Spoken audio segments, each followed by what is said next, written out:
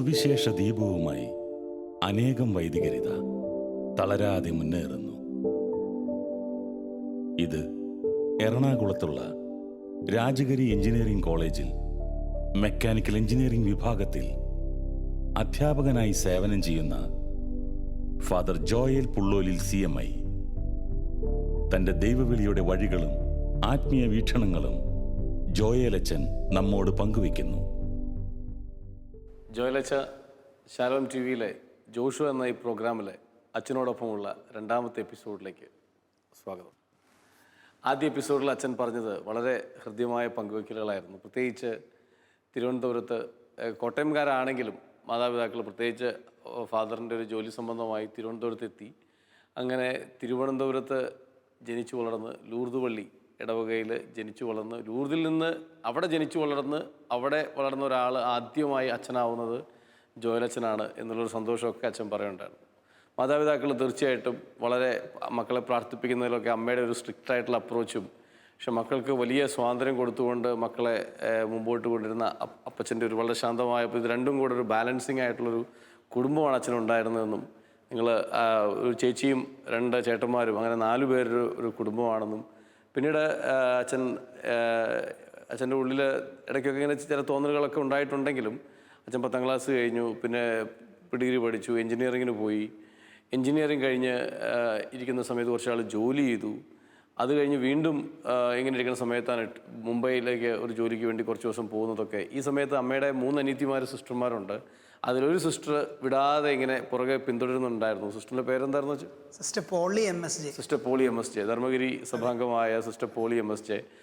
സിസ്റ്ററിൻ്റെ അവസാനത്തെ ഒരു കത്തും കൂടിയാണ് അച്ഛനെ ഒരുപാട് ഒന്ന് തള്ളലിന് പകരം ഉന്തിങ്ങനെ ഇട്ട ഒരവസ്ഥ എന്ന് പറയുന്നത്. അങ്ങനെ സിസ്റ്ററിൻ്റെ ഒരു കരുതലോട് കൂടിയാണ് CMI എത്തിപ്പെട്ടത്. പ്രത്യേകിച്ച് സിസ്റ്റർ കാരണമാണ് എറണാകുളം കളമശ്ശേരി രാജഗിരി പ്രോവിൻസ് അല്ലേ ഫെറച്ചനെ കാണാനും പിന്നീട് ജോസഫ് അച്ഛൻ പ്രൊവിൻഷ്യലായിരുന്ന അച്ഛൻ്റെ അടുത്തെത്തുന്നതും പിന്നീട് നമ്മുടെ റെക്ടർ അച്ഛനായിരുന്ന കോളതർ അച്ഛൻ്റെ അടുത്തേക്ക് എത്തുന്നതും. അങ്ങനെ 2005 ഡിസംബർ 31 ഒരു വൈദികനായി 13 വർഷം കഴിഞ്ഞ് ഇപ്പോൾ 14ാമത്തെ വർഷത്തിലേക്ക് പ്രവേശിച്ചിരിക്കുകയാണ്. ഇപ്പോൾ അച്ഛൻ രാജഗിരി എഞ്ചിനീയറിംഗ് കോളേജിൽ അധ്യാപകനും കൂടിയാണ്, എഞ്ചിനീയറിംഗ് കോളേജിൽ പ്രൊഫസറും കൂടിയാണ്. നമ്മൾ അവസാനം പറഞ്ഞു നിർത്തിയത് അച്ഛൻ ഓർക്കുന്നുണ്ടോ എന്ന് എനിക്കറിയത്തില്ല. നമ്മൾ ആദ്യ എപ്പിസോഡിൻ്റെ അവസാന ഭാഗത്ത് പറഞ്ഞത് ഒരു വൈദികനായിരിക്കുന്നതിൽ ഏറ്റവും സന്തോഷം തരുന്ന കാര്യം എന്താണെന്ന് ചോദിച്ചു. അച്ഛൻ മറുപടി പറഞ്ഞത് കൂദാശകൾ പരികർമ്മം ചെയ്യുന്നതാണ്. അപ്പോൾ അച്ഛൻ അതിൽ തന്നെ അച്ഛൻ പറഞ്ഞു എല്ലാ ദിവസത്തെയും കുർബാന അത് അർപ്പിക്കുന്നതിലുള്ള ഒരു സന്തോഷം.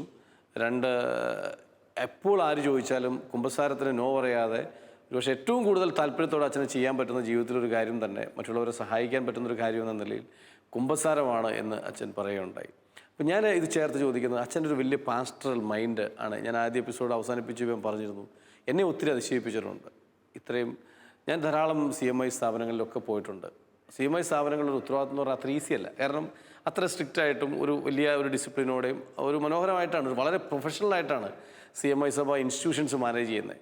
അപ്പോൾ അതിൻ്റെയൊക്കെ തിരക്കിനിടയിലും അച്ഛന് ഈ ഒരു പാസ്റ്ററൽ ഹാർട്ട് എങ്ങനെ അങ്ങനത്തെ ഒരു മൈൻഡും ഹാർട്ടും എങ്ങനെ കീപ്പ് ചെയ്യാൻ പറ്റുന്നു, എങ്ങനെ സാധിക്കുന്നു, അത്തരം ചില അനുഭവങ്ങൾ അച്ഛന് പറയാനുണ്ടോ? അങ്ങനെ മാത്രമല്ല ഞാൻ പറയുന്നത്, എൻ്റെ കൂടെ ഉള്ള അച്ഛന്മാർ അവരും ഏതാണ്ട് ഈ ഒരു മനോഭാവം ഉണ്ട്. തീർച്ചയായിട്ടും. പക്ഷേ എനിക്കറിയേണ്ടത് ജോയലത്തിനെ കുറിച്ചാണ്. അല്ല, അപ്പോൾ അവരുടെ തീർച്ചയായിട്ടും അവരുടെയൊക്കെ സപ്പോർട്ടുണ്ട് നമുക്ക്. എനിക്ക് ഇപ്പോൾ ഇത് ചെയ്യാൻ പോകുമ്പോഴും അല്ലെങ്കിൽ ഇതിനൊരു പ്രോത്സാഹിപ്പിക്കുകയാണ് പലപ്പോഴും ചെയ്യുക. അപ്പോൾ തീർച്ചയായിട്ടും ഞാൻ നേരത്തെ റൈജു സൂചിപ്പിച്ചതുപോലെ കുട്ടികളുടെ ഇടയിലാണ് അല്ലെങ്കിൽ ഒരു ടീനേജേഴ്സ് ബിക്കമിങ് അഡൽട്ട് ആ ഒരു ഏജ് ഗ്രൂപ്പിലാണ് വർക്ക് ചെയ്യുന്നത്. അപ്പോൾ തീർച്ചയായിട്ടും ഞാൻ തുടർച്ചയായിട്ട് എഞ്ചിനീയറിംഗ് കോളേജിൽ വർക്ക് ചെയ്തിട്ടില്ല. ഓരോ കാലയളവ് അതിൻ്റെ ഇടയ്ക്ക് ഹയർ സ്റ്റഡീസിന് പോകാറുണ്ടായിരുന്നു. അപ്പോൾ അങ്ങനെ വരുമ്പോൾ ഒരു 4 വർഷം അല്ലെങ്കിൽ 5 വർഷം അവരുടെ കൂടെ ഉണ്ടാവും. പിന്നെ തിരിച്ചു വരുമ്പോൾ വേറൊരു ലോട്ടാണ് അവിടെ ഉണ്ടാകുക. അപ്പോൾ അവർക്ക് തന്നെ അറിയണമെന്നില്ല. വീണ്ടും അവിടുത്തെ ശുശ്രൂഷ കൊണ്ട് പതുക്കെ 3-4 വർഷം കൊണ്ടാണ് അവിടെ ആ വിദ്യാർത്ഥികളുടെ ഇടയിൽ പൂർണ്ണമായിട്ട് പ്രവർത്തിക്കാനായിട്ട് സാധിക്കുക. അപ്പം പലപ്പോഴും അവരുടെ ഇടയിൽ പ്രവർത്തിക്കും, അവർക്കൊരു സപ്പോർട്ട് കൊടുക്കാനായിട്ട് അവിടെയും ജീസസ് യൂത്തിൻ്റെ ആക്ടിവിറ്റീസ് നടക്കാറുണ്ട്. അപ്പോൾ ജീസസ് യൂത്തിൻ്റെ ആക്ടിവിറ്റീസിൽ പാർട്ടിസിപ്പേറ്റ് ചെയ്യാറുണ്ട്, അവരുടെ കൂടെ ആയിരിക്കാനായിട്ട് ശ്രമിക്കാറുണ്ട്.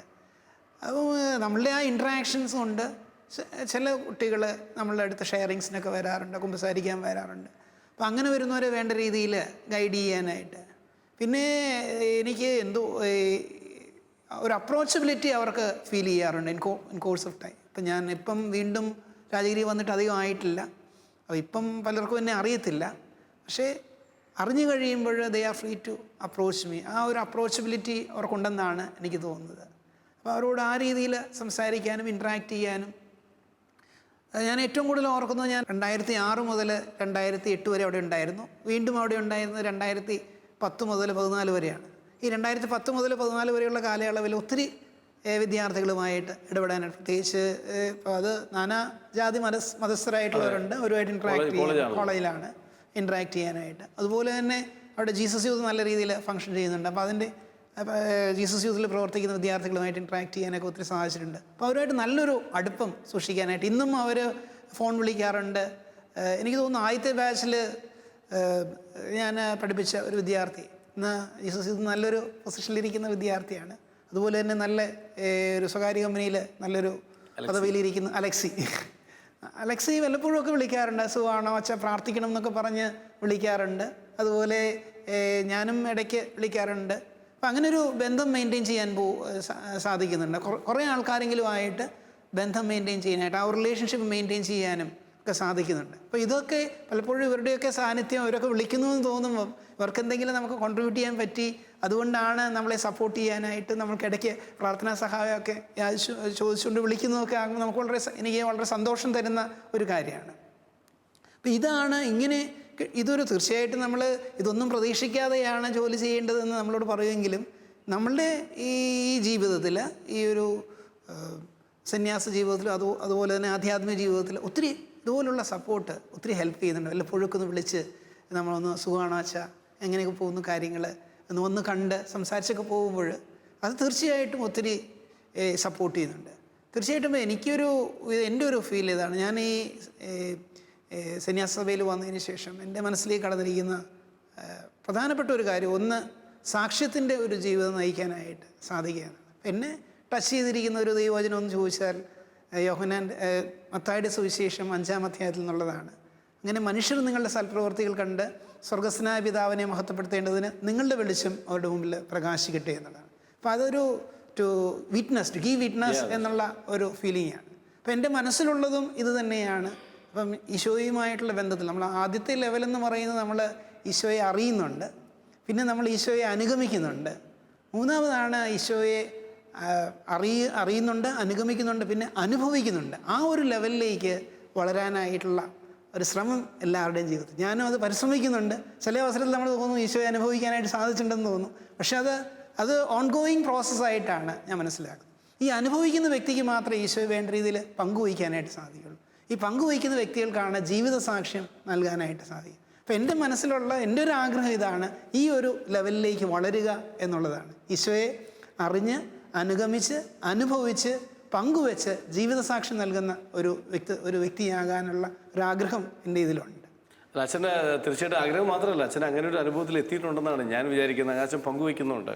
അച്ഛൻ്റെ ഒരു രീതി അനുസരിച്ച് അച്ഛൻ അത് വലിയ ഒരു പ്രകടനം നടത്തുന്ന ആളല്ല, വളരെ സൈലൻ്റായിട്ട് ചെയ്യുന്ന ഒരാളായിട്ടാണ് എനിക്ക് പലപ്പോഴും തോന്നിയിട്ടുള്ളത്.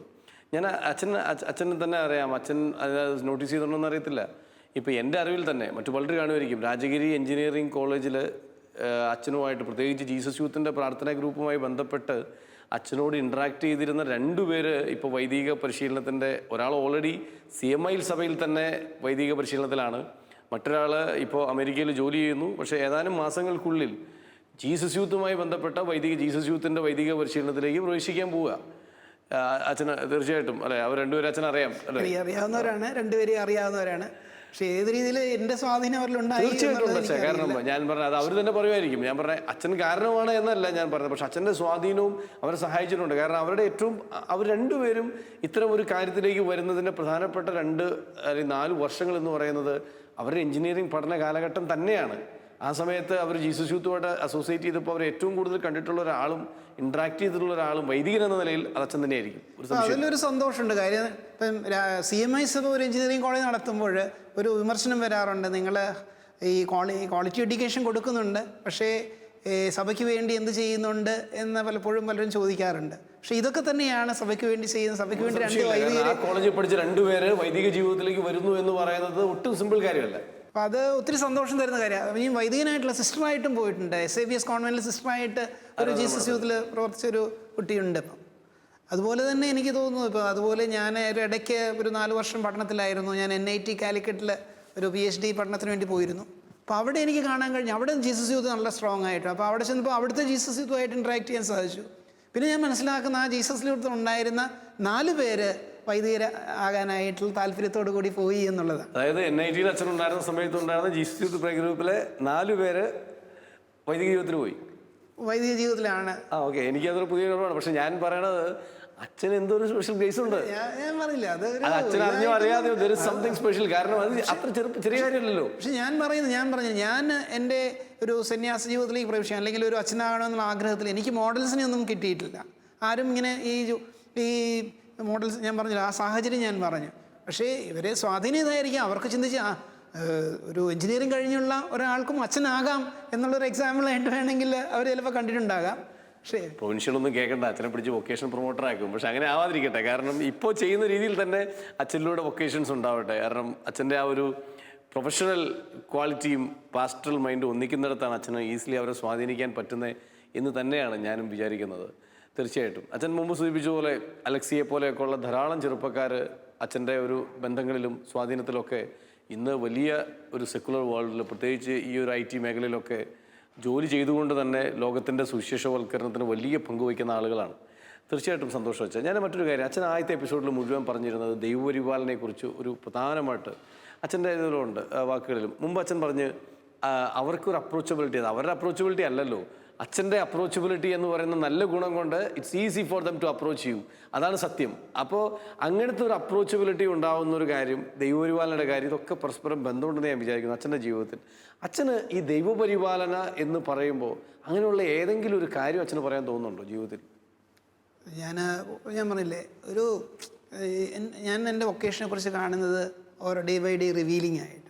അപ്പോൾ ആ ഒരു ഡേ ബൈ ഡേ റിവീലിംഗ് ആയിട്ട് നമുക്ക് ഫീൽ ചെയ്യുന്നത് അല്ലെങ്കിൽ അതിലേക്ക് വരുന്നത്, ഞാൻ അത് മനസ്സിലാക്കുന്നത് ഓരോ സിറ്റുവേഷനിലൂടെയും നമ്മളെ കൊണ്ടുപോകുന്നത് ഈ ദൈവപരിപാലനയുടെ ആ ഒരു വശത്തുകൂടിയാണ്. അപ്പോൾ ഏറ്റവും കൂടുതൽ ഞാൻ ഫീൽ ചെയ്തിട്ടുള്ള എൻ്റെ കൂടുതലും അനുഭവിച്ചിട്ടുള്ളത് എൻ്റെ പഠനകാലത്തിലാണ്. പ്രത്യേകിച്ച് MTech ഒക്കെ ചെയ്ത അവസരത്തിൽ, പിന്നെ അതിനുശേഷം ഞാൻ ഈ PhDക്ക് പോകുന്ന അവസരത്തിൽ. അപ്പോൾ MTech പോകുമ്പം എനിക്കൊരു ഗോൾഡൻ ഓപ്പർച്യൂണിറ്റി, ഞാൻ പറഞ്ഞു, ഞാൻ CMI സന്യാസ സഭയിൽ ചേർന്ന് ഇവിടെ ഒരു വൈദികനായതുകൊണ്ട് എനിക്ക് കിട്ടിയ 2 ഗോൾഡൻ ഓപ്പർച്യൂണിറ്റീസാണ്. ഒന്ന് MTechന് പോകാനായിട്ട്, IITയിൽ MTechന് പോകാനായിട്ടൊരു അവസരം, അതുപോലെ PhD ചെയ്യാനായിട്ട്. ഞാൻ IIT ബോംബെയിലാണ്. അതുപോലെ PhD ചെയ്യാനായിട്ടുള്ളൊരു അവസരം. ഇത് രണ്ടും ഞാൻ ഈ സന്യാസ വൈദിക വിളിയിലേക്ക് വന്നതുകൊണ്ട് എനിക്ക് സാധിച്ചതാണെന്ന് ഞാനിപ്പോൾ തിരിച്ചറിയുന്നു. അല്ലെങ്കിൽ ഞാനൊരു സാധാരണ BTech കഴിഞ്ഞ ഒരു ജോലിയൊക്കെ ചെയ്ത് ഒരു സാധാരണ ഒരു എഞ്ചിനീയറായിട്ട് ചിലപ്പോൾ നടന്നു പോകത്തേ ഉള്ളൂ. പക്ഷേ CMI സഭ തന്ന ഒരു വലിയ CMI സഭയിൽ അംഗമായതിലൂടെ ദൈവം എനിക്ക് തന്ന വലിയൊരു ഗിഫ്റ്റാണ് ഇത് രണ്ടും. അപ്പോൾ ഇത് ദൈവപരിപാലനയുടെ ഭാഗമായിട്ട് ഞാൻ കാണുന്നു. ഇത് ഈ ഗിഫ്റ്റ് പ്രത്യേകിച്ച് IITയിൽ പഠിക്കുന്ന കാലഘട്ടത്തിൽ അത് കംപ്ലീറ്റ് ചെയ്യാൻ കാര്യം എൻ്റെ ബാക്ക്ഗ്രൗണ്ട്, ഞാനൊരു 10 വർഷം കഴിഞ്ഞിട്ടാണ് വീണ്ടും സ്റ്റഡീസിലേക്ക് പോകുന്നത്, പ്രൊഫഷണൽ സ്റ്റഡീസിലേക്ക് പോകുന്നത്. അപ്പോൾ അവിടേക്ക് ചെല്ലുമ്പോൾ കോമ്പീറ്റ് ചെയ്യുന്ന ആളുകളുമായിട്ടുള്ള വ്യത്യാസമുണ്ട്. അവിടുന്ന് പാസ്സായി പോരാൻ പറ്റുമോ ഇല്ലയോ ഒന്നുപോലും നമുക്ക് ബുദ്ധിമുട്ടുണ്ടായിരുന്നു. അപ്പോൾ ചെന്ന ആദ്യകാലത്ത് ഒരു 3-4 മാസത്തേക്ക് ഭയങ്കര ഒരു സ്ട്രഗിൾ ഉണ്ടായിരുന്നു അവിടെ, എങ്ങനെ നമ്മളിത്.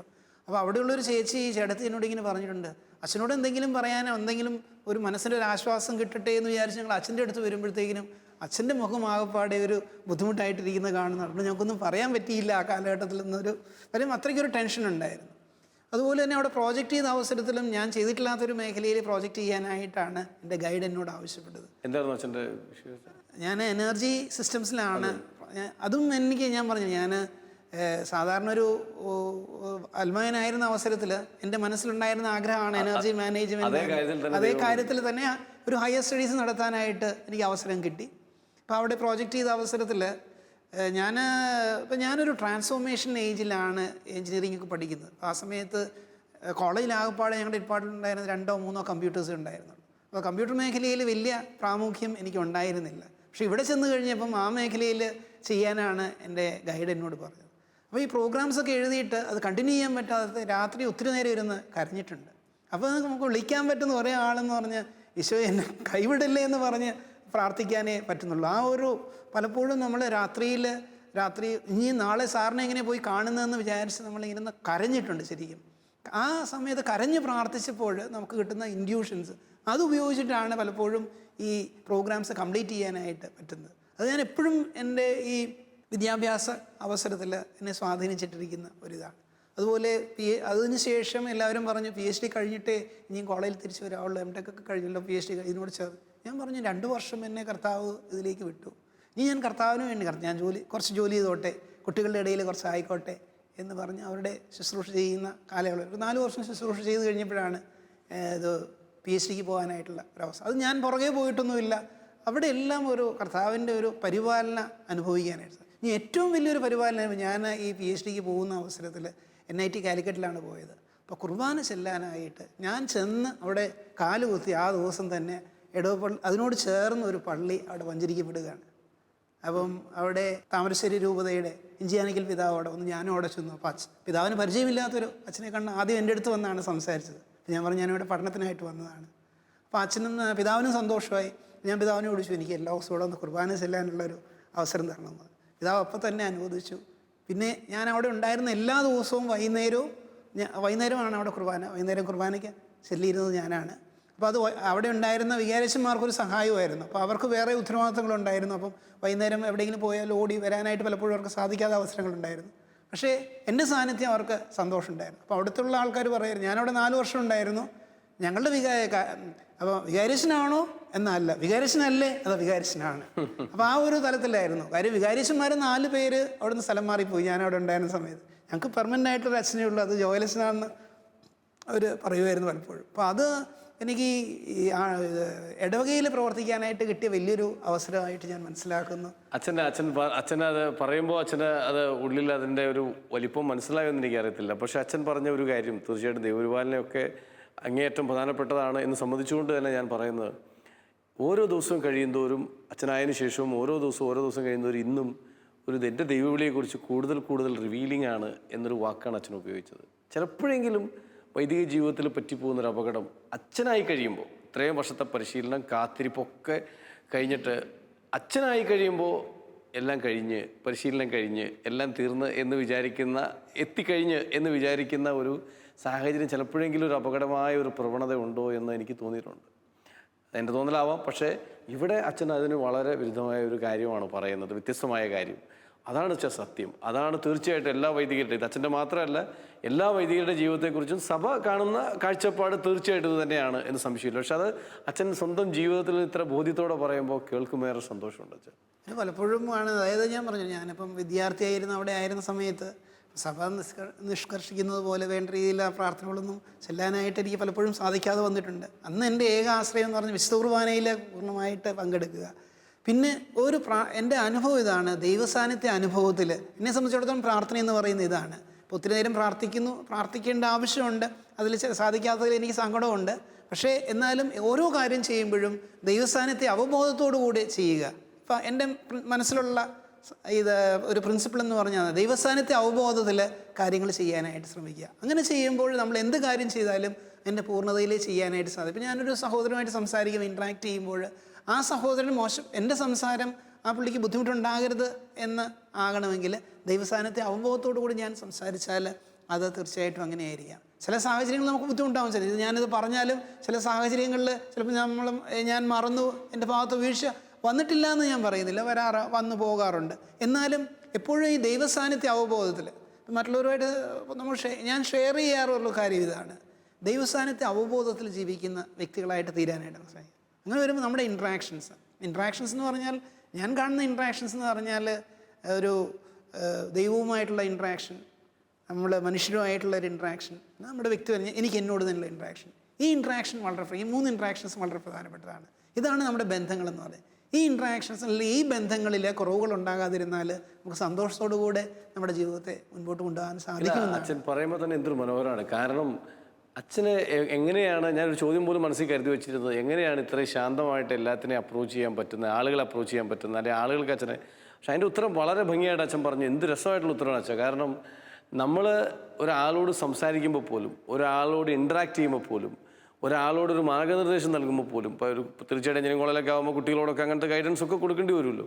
ഇതൊക്കെ ചെയ്യുമ്പോൾ പോലും ദൈവസാന്നിധ്യ അവബോധത്തിൽ ചെയ്യുക എന്ന് പറയുന്നത് സോ ബ്യൂട്ടിഫുൾ. അത്രയും അടിപൊളിയാണ് അച്ചാച്ചൻ പറയുന്ന കാര്യം. സത്യത്തിൽ പലപ്പോഴും ഞങ്ങളെപ്പോലെ എന്നെപ്പോലെയൊക്കെ ഉള്ള ആളുകൾക്ക് നമ്മൾ വളരെ ഒരു സെക്കുലർ വേൾഡിൻ്റെ ഉള്ളിൽ ജീവിക്കേണ്ടി വരുമ്പോൾ ഇതാണ് ശരിക്കും ബേസിക് പ്രിൻസിപ്പിൾ എന്ന് ഞാൻ വീണ്ടും തിരിച്ചറിയുന്ന അച്ഛൻ പറയുമ്പോൾ. ഞാൻ അച്ഛൻ മറ്റൊരു കാര്യം, CMI സഭയെക്കുറിച്ച് അച്ഛന് പ്രത്യേകിച്ച് അവരുടെ പിതാവും CMI സഭയൊക്കെ എന്തെങ്കിലും വാക്കുകൾ എന്തെങ്കിലും അച്ഛനെ പെട്ടെന്ന് പറയാൻ തോന്നുന്നു പറയാം. ചാവറപ്പിതാവിൻ്റെ മിഷൻ തന്നെയാണ് ഞങ്ങൾ ഫോളോ ചെയ്തിരിക്കുന്നത്, എഡ്യൂക്കേഷൻ. അപ്പോൾ അത് ഒരു ഹോളിസ്റ്റിക് എഡ്യൂക്കേഷനാണ്. അപ്പോൾ അതിനകത്ത് എല്ലാം വരുന്നുണ്ട്, വാല്യൂസ് കൊടുക്കാനുള്ള. അതുകൊണ്ട് value addition, that's very important. അപ്പം വാല്യൂ ഉള്ള ഒരു എഡ്യൂക്കേഷൻ കൊടുക്കുക എന്നുള്ളതാണ് ആഗ്രഹിക്കുന്നത്. അപ്പോൾ വീഴ്ചകൾ വന്നിട്ടില്ല എന്നല്ല, എവിടെയും വീഴ്ചകൾ അറിഞ്ഞോ അറിയാതെ വീഴ്ചകൾ വരുന്നുണ്ട്. പക്ഷേ prime importance is this holistic education. അത് വാല്യൂ ബേസ്ഡ് എഡ്യൂക്കേഷൻ കൊടുക്കാനായിട്ടാണ് ആഗ്രഹിക്കുന്നത്. അപ്പം ഇവ വീണ്ടും തിരിച്ചു വരുമ്പോഴും ഇപ്പം കോളേജിലൊക്കെ ആയിരിക്കും ഉണ്ടാകുന്നൊരു ഫീലിങ്സ് കുറച്ചുകൂടെ വാല്യൂ ബേസ്ഡ് ആയിട്ട് അവർക്ക് കൊടുക്കാനായിട്ട് സാധിക്കുക എന്നുള്ളതാണ്. വാല്യൂവിലുണ്ടാകുന്ന ഓരോ കാലയളവ് കഴിയും തോറും വാല്യൂവിനെ കുറിച്ചുള്ള ഡെഫിനിഷൻ അത് പലപ്പോഴും റിലേറ്റീവായിട്ട് പോകുന്നുണ്ടോ എന്നുള്ള ഒരു സംശയം തോന്നുന്നുണ്ട്. പക്ഷേ എന്നും നിലനിൽക്കുന്ന വാല്യൂസ് ഉണ്ട്. ഇപ്പോൾ ഞങ്ങളുടെ അവിടെ കോളേജിൽ പ്രോത്സാഹിപ്പിക്കുന്ന ഒരു വാല്യൂയാണ് ഓണസ്റ്റി എന്ന് പറയുന്നത്. ഞങ്ങൾക്ക് അവിടെ ഒരു ഓണസ്റ്റി ഷോപ്പുണ്ട്. സ്വന്തമായിട്ട് സാധനങ്ങൾ അവിടെ വെച്ചിട്ടുണ്ട്. അവിടെ ഒരു പൈസ ഇടാനായിട്ട് സെയിൽസ്മാൻ ഇല്ല. അത് കോളേജ് തുടങ്ങിയ ആദ്യ ഘട്ടങ്ങളിൽ അതൊരു അവിടെ ഉണ്ടായിരുന്നൊരു സാറ് തുടങ്ങിയതാണ്, ഒരു തോമസ് സാറ് തുടങ്ങിയതാണ്. അപ്പോൾ സാറിനൊരു 500 രൂപ അവിടെ നിന്ന് കളഞ്ഞു കിട്ടി. അപ്പോൾ ആ സാർ അതുകൊണ്ട് അന്ന് അവകാശികളില്ലായിരുന്നു, അത് വെച്ച് തുടങ്ങിയ ഒരു ഷോപ്പാണ്. അപ്പോൾ അത് കോളേജിൽ പ്രൊമോട്ട് ചെയ്യുന്ന നല്ലൊരു വാല്യൂ ആണ് ഓണസ്റ്റി. അപ്പോൾ ഇതുപോലെ പല വാല്യൂസും നമുക്ക് കൊടുക്കാനുണ്ട്. അപ്പോൾ ഞങ്ങളുടെ കോളേജിൻ്റെ ഇത് തന്നെ ലേൺ, സെർവ് ആൻഡ് എക്സൽ എന്നുള്ള ഒരിതാണ് മോട്ടോ ആയിട്ട് വരുന്നത്. അതുപോലെ ഒരു നല്ലൊരു വിഷൻ എല്ലാവർക്കും കൊടുക്കാനായിട്ട്, അത് സോഷ്യൽ കോൺഷ്യസ്നെസ് ഉള്ള ഒരു വിഷൻ. കാര്യം നമുക്ക് തീർച്ചയായിട്ടും നമുക്ക് വിഷനും മിഷനും ഒക്കെ സ്റ്റേറ്റ്മെൻറ്റ്സ് എഴുതി കൊടുക്കാനുണ്ട്. നമ്മൾ തീർച്ചയായിട്ടും ഈ പല അക്രഡിറ്റേഷൻസിനൊക്കെ പോകുമ്പോൾ ഇത് വളരെ പ്രധാനപ്പെട്ടതാണ്. ഞങ്ങളുടെ വിഷൻ എന്ന് പറയുന്നത് ഈ ടെക്നോളജി മാത്രം കൊടുക്കുക എന്നുള്ളതല്ല, ഒരു സോഷ്യൽ കോൺഷ്യസ്നെസ് കൊടുക്കണം. ഇവർ ഈ ഏൺ ചെയ്യുന്ന കാര്യം കൊണ്ട് അവർക്ക് സൊസൈറ്റിയിൽ എക്സൽ ചെയ്യാനായിട്ട് സാധിക്കണം, ധൈര്യത്തോടു കൂടെ ആയിരിക്കാനായിട്ട് സാധിക്കണം. ആ രീതിയിലുള്ളൊരു വിഷനുമാണ് കോളേജിൽ നിന്ന് കൊടുക്കാനായിട്ട് ശ്രമിക്കുന്നത്. അച്ഛൻ മറ്റൊരു കാര്യം, അച്ഛനെ ഞാൻ മുമ്പ് പരാമർശിച്ചു ജീസസ് യൂത്തുമായിട്ട് ബന്ധപ്പെട്ട് അച്ഛൻ്റെ ഒരു ഇൻവോൾവ്മെൻ്റ് ഉണ്ടല്ലോ. ജീസസ് യൂത്തിൻ്റെ അച്ഛനെ അടുത്ത് പരിചയപ്പെടുന്ന 2010 ജീസസ് യൂത്തിൻ്റെ ജൂബിലി കോൺഫറൻസുമായി ബന്ധപ്പെട്ട് രാജഗിരി എഞ്ചിനീയറിംഗ് കോളേജിൻ്റെ ക്യാമ്പസ് ഉപയോഗിച്ച സമയത്താണ്. അച്ഛൻ അതിനുശേഷം എനിക്ക് തോന്നുന്നു ജീസസ് യൂത്തിൻ്റെ പ്രൊഫഷണൽ മിനിസ്ട്രിയുടെ ഒരു ഉത്തരവാദിത്വം കുറച്ച് നാളുകളോളം തന്നെ ഉണ്ടായിരുന്നു. പഠിക്കാൻ പോകുന്ന സമയം വരെ അച്ഛനായിരുന്നു അതിൻ്റെ ആനിമേറ്ററും എല്ലാം. അത്തരം ഇൻവോൾവ്മെൻറ്റിനെ കുറിച്ച് അച്ഛൻ്റെ ഒരു എന്താ പറയാനുള്ളത്? ഒന്ന്, അച്ഛനെ അതെങ്ങനെ സഹായിക്കുന്നു? രണ്ട്, അച്ഛൻ ആ ഒരു ജീസസ് യൂത്തിനോടൊപ്പമുള്ള പ്രവർത്തനങ്ങൾ എങ്ങനെ കാണും? തീർച്ചയായിട്ടും റൈജു പറഞ്ഞതുപോലെ നമ്മൾ 2010 ഒരു എപ്പോഴാണ് നമ്മളത് കാണുന്നത്, ആദ്യമായിട്ട് കാണുന്നത് ആ വർഷത്തിന്റെ ആദ്യത്തിലൊക്കെ ആയിരിക്കും. ഞാൻ ജൂലൈയിലാണ് അവിടെ വന്നത്. ജൂലൈ ഓഗസ്റ്റ് സമയത്താണ് അലക്സസിനെ റൈജുവിനെ പരിചയപ്പെടുത്തുന്നത്. ഇങ്ങനെ ഇവിടെ ഒരു കോൺഫറൻസ് നടത്തുകയാണ്, നിങ്ങൾ വേണ്ടത് ചെയ്തു കൊടുക്കണമെന്ന് പറഞ്ഞ് എന്നെയും വർഗീസ് കാച്ചപ്പള്ളി അച്ഛനെ ചുമതലപ്പെടുത്തി ഞങ്ങൾ രണ്ടുപേരും അന്നാണ് റൈജുവിനെ ആദ്യമായിട്ട് പരിചയപ്പെടുന്നത്. അപ്പോൾ റൈജു ഞാൻ പറയാം, ജീസസ് യൂത്തിനെ ഞാൻ അതുവരെയും ദൂരെ നിന്ന് കണ്ടിട്ടുള്ളൂ, അടുത്ത് ഞാൻ അതിനകത്ത് ഇൻട്രാക്ട് ചെയ്തിട്ടില്ല.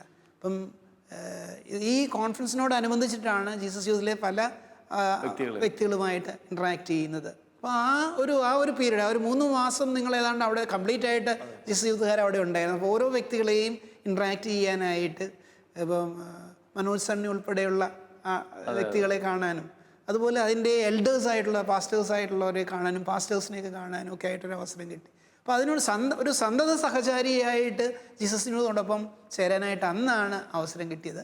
അപ്പോൾ അത് കഴിഞ്ഞാണ് ഈ ഒരു പ്രൊഫഷണൽ മിനിസ്ട്രി തുടങ്ങുന്നു എന്ന് പറയുന്നത്, അതിനെ സപ്പോർട്ട് ചെയ്യണമെന്ന് പറഞ്ഞ് ഇവർ വരുന്നത്. ഞാനത്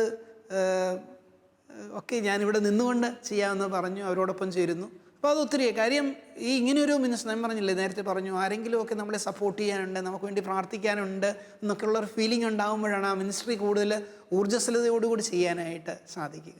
അപ്പോൾ തീർച്ചയായിട്ടും ഇവരുടെയൊക്കെ എന്നും ഇവരുമൊക്കെ വിളിക്കാറുണ്ട്, ഇടയ്ക്കിടയ്ക്കൊക്കെ വിളിക്കാറുണ്ട്. അപ്പോൾ സാജൻ എന്നെ ഇടയ്ക്കൊക്കെ വിളിക്കാറുണ്ട്. അതുപോലെ തന്നെ മറ്റ് ആളുകളും ഞാൻ പറഞ്ഞില്ലേ, ഞാൻ ഈ 4 വർഷം കൊണ്ട് ഇപ്പോൾ ഡയറക്റ്റ് ചിലരുടെ കോൺടാക്റ്റൊക്കെ വിട്ടുപോയതുകൊണ്ടാണ് പലരുടെയും പേര് മറന്നുപോയത്. അപ്പോൾ ഇവരൊക്കെ ഇടയ്ക്കിടയ്ക്ക് വിളിക്കുമ്പോൾ നമുക്കൊരു സന്തോഷമാണ് ഓരോ കാര്യങ്ങൾ പറഞ്ഞ്. ഇത് ആത്മീയമായിട്ട് നമ്മളെ ശക്തിപ്പെടുത്തുന്നതും കൂടെ. അപ്പോൾ ചിലപ്പോൾ ചിന്തിക്കുമ്പോൾ ഇവരൊക്കെ ആത്മീയമായിട്ട് നമ്മളെക്കാൾ മുകളിൽ നിൽക്കുന്ന ആൾക്കാരാണല്ലോ, അപ്പം ഞാനും വളരേണ്ടിയുണ്ട്, ഞാനും അവരോടൊപ്പം ചേരണമെങ്കിൽ. ഇപ്പോൾ ചില സമയത്ത് അവരുടെ പ്രേയേഴ്സും ഒക്കെ നോക്കുമ്പോഴത്തേക്കിനും അവരുടെ ഇൻട്രാക്ഷൻസും ഒക്കെ നോക്കുമ്പോൾ വളരെ ഒരു ആത്മീയ ജീവിതത്തിൽ വളരാനായിട്ട് നല്ലൊരു പ്രചോദനം ലഭിക്കുന്നുണ്ട്. അതുപോലെ തന്നെ അതിൻ്റെ പ്രേരണ വെച്ചിട്ടാണ് ഞങ്ങളിപ്പം അവിടെ തിങ്കളാഴ്ചകളിൽ കുർബാന വയ്ക്കുന്നുണ്ട്. അപ്പം ഈ പ്രൊഫഷണൽ മേഖലയിലുള്ള ഇൻഫോ പാർക്കിൽ നിന്നുള്ള അവിടെ വന്ന് പങ്കെടുക്കുന്നുണ്ട്. ഇപ്പോൾ വേറൊരു സന്തോഷം എന്താണെന്ന് വെച്ചാൽ ഞങ്ങളുടെ വെള്ളിയാഴ്ചകളിൽ അവിടെ കുർബാനയുണ്ട്. പണ്ട് ഫസ്റ്റ് ഫ്രൈഡേ മാത്രമേ ഉണ്ടായിരുന്നുള്ളൂ, ഇപ്പോൾ എല്ലാ വെള്ളിയാഴ്ചയും കുർബാനയുണ്ട്. അപ്പോൾ അവിടെ വന്ന് അവിടുന്ന് ഇപ്പോഴും ആ വെള്ളിയാഴ്ച ഉച്ചയ്ക്കുള്ള കുർബാനയ്ക്കും കുറേയേറെ പേര് വന്ന് സംബന്ധിക്കുന്നുണ്ട്. അപ്പോൾ ഇതൊക്കെയാണ് ജീസസ് യൂത്തിന് ചെയ്തു കൊടുക്കാനായിട്ട്. കാര്യം ഇപ്പം വേറെ അവിടെ തൊട്ടടുത്ത ചാപ്പലുകൾ കുറവാണ്. ഇതാണ് ചെയ്തു കൊടുക്കാനായിട്ട്. അപ്പോൾ അത് എനിക്ക് തോന്നുന്നു 2-3 വർഷമായിട്ട് ഇത് നടക്കുന്നുണ്ട്. അതാണ് ഞാൻ പറഞ്ഞത്, ഇപ്പോൾ അവിടെയുള്ള അച്ഛന്മാർ ദേ ആർ വെരി ഹെൽപ്ഫുൾ. അപ്പോൾ അവർക്കും ഇതിനോട് ആഭിമുഖ്യമുണ്ട്. അപ്പോൾ അതിനോട് ചേർന്ന് നിന്ന് പോകാനായിട്ട് അവർക്ക് സാധിക്കുന്നു. സുപ്പീരിയർ അച്ഛനും അതോടൊപ്പം തന്നെ ജോസഫ് അച്ഛനാണ് ഞങ്ങളുടെ സുപ്പീരിയർ അച്ഛൻ. അതുപോലെ തന്നെ മെജോ അച്ഛൻ, പുള്ളി അവിടെ തന്നെ പഠിച്ച് എൻജിനീയറായി, ഈ എൻജിനീയറിങ് പഠിച്ച് പുള്ളി അതോടൊപ്പം ജീസസ് യൂത്തിൽ പ്രവർത്തിച്ചു വന്ന വ്യക്തിയാണ്. അപ്പോൾ ഇവരൊക്കെ ഇതിനൊക്കെ സപ്പോർട്ട് ചെയ്യുന്നുണ്ട്. അതോടൊപ്പം അജീഷ് അച്ഛൻ, പിന്നെ തോമസ് അച്ഛൻ, ഇങ്ങനെ ഇതിനോട് ചേർന്ന് നിൽക്കുന്ന അച്ഛന്മാർ ഒത്തിരി പേരുണ്ട്. അവിടെ ഞാൻ പറഞ്ഞ ആ കമ്മ്യൂണിറ്റിയിലുള്ള ചെറുപ്പക്കാരെയുള്ള എല്ലാ അച്ഛന്മാരും, പിന്നെ ഒരു ആൻ്റണി അച്ഛനുണ്ട്, ഇവരൊക്കെ സപ്പോർട്ട് ചെയ്യുന്നവരാണ്, ഇതിനോട് ഹെൽപ്പ് ചെയ്യുന്നവരാണ്. താങ്ക് യു അച്ഛാ. കാരണം നമുക്ക് നമ്മുടെ എപ്പിസോഡ് അവസാനിപ്പിക്കാറായി. അച്ഛനെ വേറെ എന്തെങ്കിലും പറയാൻ ഉണ്ടല്ലോ, അല്ലെങ്കിൽ എനിക്ക് ചെറിയ ചോദ്യമുണ്ട്. എനിക്ക് പറയാനുള്ള ഇതാണ്, ദൈവസാന്നിധ്യ അവബോധത്തിൽ പക്വതയുള്ളവരായിട്ട് വളരാനായിട്ടുള്ളൊരു പരിശ്രമം അത് എല്ലാവർക്കും ചെയ്യാവുന്ന. ഇപ്പം നമ്മൾ ഈ പ്രാർത്ഥനയെക്കുറിച്ച് പറയുമ്പോൾ വിട്ടുവീഴ്ചയില്ലാത്ത ഏകാഗ്രതയോടുകൂടി പ്രാർത്ഥിക്കുക, അല്ലെങ്കിൽ എപ്പോഴും പ്രാർത്ഥിക്കുന്നവരായിട്ട് തീരുക എന്നുള്ളൊരു കൺസെപ്റ്റൊക്കെ ഉണ്ട്. അപ്പം ഞാൻ അതിനെ ഒന്ന് രൂപപ്പെടുത്തിയെടുത്തത് ഇങ്ങനെയാണ്, ദൈവസാന്നിധ്യ അവബോധത്തിൽ എപ്പോഴും ആയിരിക്കാനായിട്ട്.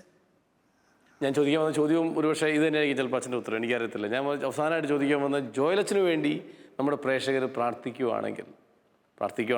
പ്രാർത്ഥിക്കും, എന്തിനു വേണ്ടിയാണ് ജോയലച്ഛൻ്റെ എന്ത് കാര്യത്തിന് വേണ്ടിയാണ് പ്രാർത്ഥിക്കേണ്ടത്? ഞാൻ പറഞ്ഞില്ലേ, ഈ ഒരു ശുശ്രൂഷ ഈ ശുശ്രൂഷ എൻ്റെ പൂർണ്ണതയിൽ നിർവഹിച്ചുകൊണ്ട് പോകാനായിട്ട്. അപ്പം ഞാൻ പ്രവർത്തിക്കുന്ന മേഖലകളൊക്കെ ഞാൻ ഷെയർ ചെയ്തു. ഈ മേഖലകളെല്ലാം ഉത്തരവാദിത്വത്തോട് ഞാൻ പറഞ്ഞു. ഇപ്പം വൈദികർക്കും കാലിടറുന്ന കാലഘട്ടമാണ്. അപ്പോൾ അതിനെക്കുറിച്ച് ഒത്തിരി പരിഹാസങ്ങളൊക്കെ നമ്മുടെ ചുറ്റുമുണ്ട്. അപ്പോൾ കാലിടറാതെ കർത്താവിൻ്റെ സന്നിധിയിലേക്ക്, ഇപ്പം ഞാനൊരു നല്ലൊരു വൈദികനാണെന്ന് പറയുന്നത്, ഞാൻ ഒരു നല്ല മരിക്കുന്ന അവസ്ഥയിലാണ്. ഞാൻ എൻ്റെ ജീവിതം അതുവരെ ഞാൻ കർത്താവിന് സമർപ്പിച്ചുകൊണ്ട് ഞാൻ മരിക്കുന്ന അവസ്ഥയിലെ ഒരു നല്ല അച്ഛനാണ് എന്ന് പറയാനായിട്ട് പറ്റത്തുള്ളൂ. അല്ലെങ്കിൽ ഇന്നിപ്പം നിങ്ങൾ എന്നെ നല്ല അച്ഛനാണെന്ന് പറയുന്നു, കുറച്ച് ദിവസം കഴിഞ്ഞ് എൻ്റെ ഭാഗത്ത് എന്തെങ്കിലും കാലിടറൽ സംഭവിച്ചാൽ, അയ്യോ അച്ഛൻ അവിടെ ഇരുന്ന് സംസാരിച്ചതും ആ ടി വിയിലൊക്കെ വന്നതുമല്ലേ, ഇപ്പോൾ അച്ഛൻ എങ്ങനെയായി എന്ന് ചിന്തിക്കുന്ന ആൾക്കാരുണ്ട്. അതുകൊണ്ടാണ് ഞാൻ റൈജുവിനോട് ഈ ഒരു ഇൻട്രാക്ഷൻ വന്ന് റൈജു ഇതിൻ്റെ ആവശ്യമുണ്ടോ, എനിക്കതിന് താല്പര്യമില്ല എന്ന് റൈജുവായിട്ട് ഷെയർ ചെയ്ത്. അപ്പോൾ എനിക്ക് വേണ്ടി പ്രാർത്ഥിക്കേണ്ടത് ഇതാണ്, കാലിടറാതെ കർത്താവിൻ്റെ പിന്നാലെ ചെല്ലുവാനായിട്ട്. ആ ജീവിതാവസാനം മുഴുവൻ, അത് എത്ര നാളാണെങ്കിലും ആ ജീവിതാവസാനം മുഴുവൻ ഈ ഒരു സന്തോഷത്തോടു കൂടി പോകാനുള്ള കൃപയ്ക്ക് വേണ്ടി പ്രാർത്ഥിക്കും. ജോലച്ച നന്ദി. കാരണം ഏറെ ഒരു ഒത്തിരി നിർബന്ധിച്ചതിന് ശേഷമാണ് അച്ഛനൊരു ഇങ്ങനെ ടി വിയിൽ ഇങ്ങനൊരു അഭിമുഖത്തിന് അച്ഛൻ സമ്മതിച്ചത്. പക്ഷേ ഇത് അച്ഛന് വേണ്ടി, അല്ലെങ്കിൽ അച്ഛൻ്റെ ജീവിതത്തെക്കുറിച്ച്, അച്ഛൻ ചെയ്ത കാര്യങ്ങളെക്കുറിച്ചുള്ളൊരു കാര്യമല്ല അച്ഛൻ പറഞ്ഞതെന്നുള്ള അച്ഛൻ്റെ ഷെയറിങ്ങിൽ വളരെ ക്ലിയറാണ്. മറിച്ച് അച്ഛനെ ദൈവം നടത്തിയ വഴികൾ, ദൈവപരിപാലനയുടെ വഴികൾ, അത് അനേകർക്ക് പ്രചോദനമാകുമെന്നുള്ള കാര്യത്തിൽ ഒരു സംശയമില്ല. അച്ഛൻ പറഞ്ഞതുപോലെ ജീവിതത്തിൻ്റെ അവസാന ശ്വാസം വരെ കാലിടറാതെ വിശ്വസ്തനായ വൈദികനായി, ഏൽപ്പിക്കുന്ന കാര്യങ്ങൾ വിശ്വസ്തയോടെ ശുശ്രൂഷ ചെയ്യുന്ന ഒരു വൈദികനായി ജീവിച്ചു മരിക്കാൻ അച്ഛനെ ദൈവം അനുവദിക്കട്ടെ എന്ന് ആത്മാർത്ഥമായി പ്രാർത്ഥിച്ചുകൊണ്ട് ഈ 2 എപ്പിസോഡിലെയും അച്ഛൻ്റെ സാന്നിധ്യത്തിന് പങ്കുവെക്കലുകൾക്ക് നന്ദി. ശിമയോനും യാക്കോബും യോഹന്നാനും, വലകഴുകും വലക്കാരും വഞ്ചിക്കാരും. ശിമയോനും യാക്കോബും യോഹന്നാനും, വലകഴുകും വലക്കാരും വഞ്ചിക്കാരും. ഒരു നിമിഷം കേൾക്കാമോ, നിങ്ങൾക്കായി നൽകാം ഞാൻ ഇന്നൊരു സന്ദേശം. നിങ്ങളെ സാക്ഷാൽ മുക്കുവരാക്കാൻ ഉതകും സുവിശേഷം. നിങ്ങളെ സാക്ഷാൽ മുക്കുവരാക്കാൻ ഉതകും സുവിശേഷം. ആഴക്കടലിൽ പോകുവിൻ, ആഴത്തിൽ വലയെറിയുവിൻ. ആഴക്കടലിൽ പോകുവിൻ, ആഴത്തിൽ വല